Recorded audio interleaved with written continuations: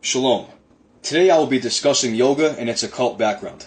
Many people, including many Christians, think that yoga is nothing but a harmless form of stretching and exercise. It is anything but that. Sadly, even professing Christians have bought into this lie. Every yoga teacher is in effect a Hindu or Buddhist missionary, even though he or she may wear a cross, insist that Yahushua is Lord, and protest that yoga is not a religion but science. This is the most blatant of lies. Yet it has been so widely proclaimed and believed that in America's public schools, beginning in kindergarten, and in almost every other area of society today, yoga and other forms of Hindu-Buddhist occultism are taught and accepted as science. In contrast, Christianity has been thrown out of the schools and is being crowded out of every other area of life in Satan's attempt to mix religion with New Age science. Some Christians integrate yoga and other aspects of Eastern spirituality with prayer and meditation. This has been attributed to a desire to experience God in a more complete and profound way. This is utter foolishness.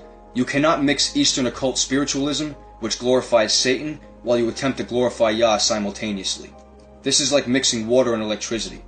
You cannot bow down to two masters. Choose this day whom you will serve.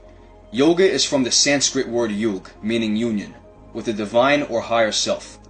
Yoga is a path for transcending the ordinary mind in order to merge with your higher self or God self.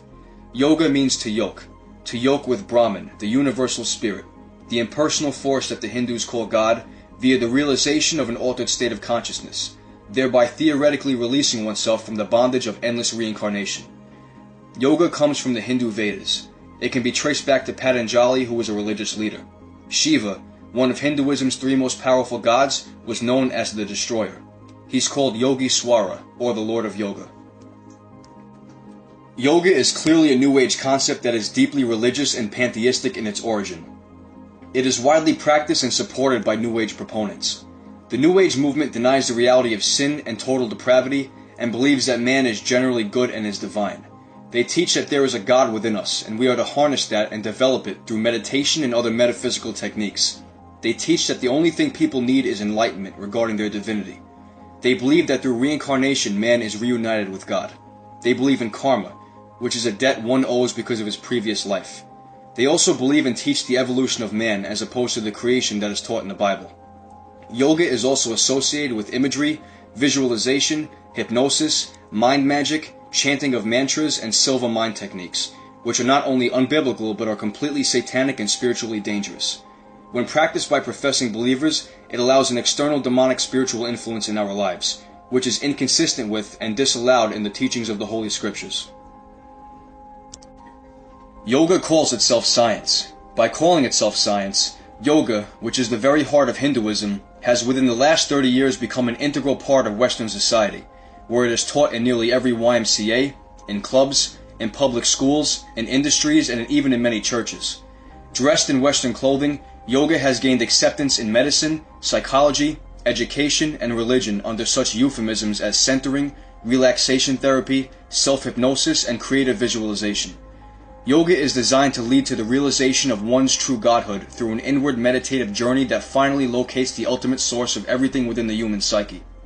The goal of yoga is self-realization, to look deeply within what ought to be the temple of the one true God, and there to discover the alleged true self or higher self, and declare self to be God. Nothing could be more religious than that. Yet with straight faces, all of the yogis insist that practicing yoga will not change anyone's religious beliefs. This is the religion of Antichrist, and for the first time in history, it is being widely practiced throughout the Western world as transcendental meditation and other forms of yoga.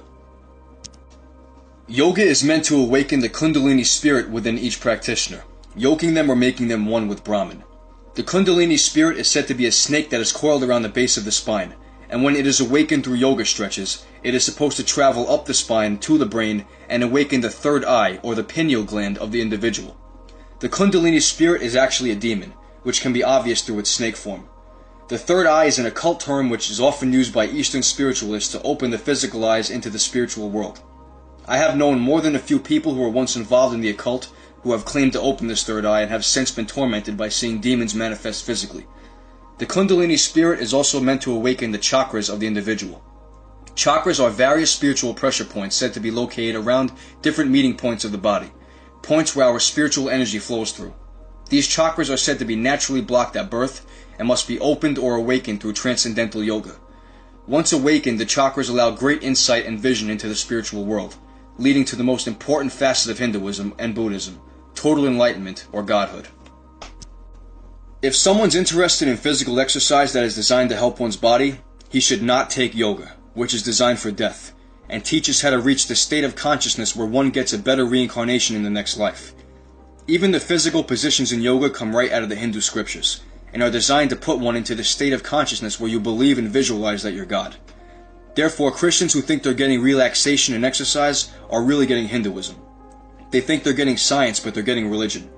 It's purposely mislabeled and it's very spiritually dangerous. The deep breathing techniques, such as the ones taught in yoga, are a time-honored method for entering altered states of consciousness and for developing so-called psychic power. Any altered state of consciousness, whether induced by yoga, hypnosis, drugs, or anything else, is the hinge on Hell's Gate and will open you up to tons of unnecessary spiritual warfare. It is very important to take care of your temple, as even scripture tells us that physical training is of some value. However, if a Christian wants to keep in shape, just stick with regular stretching, weight training, and cardio exercises. Beware of any workouts that attempt to employ anything other than basic exercise. As soon as exercise mixes with spirituality, such as many forms of martial arts that employ harnessing your body's energy, also called chi, it immediately becomes demonic and dangerous. It's good to stay in shape physically, but it's much more important to stay in shape spiritually.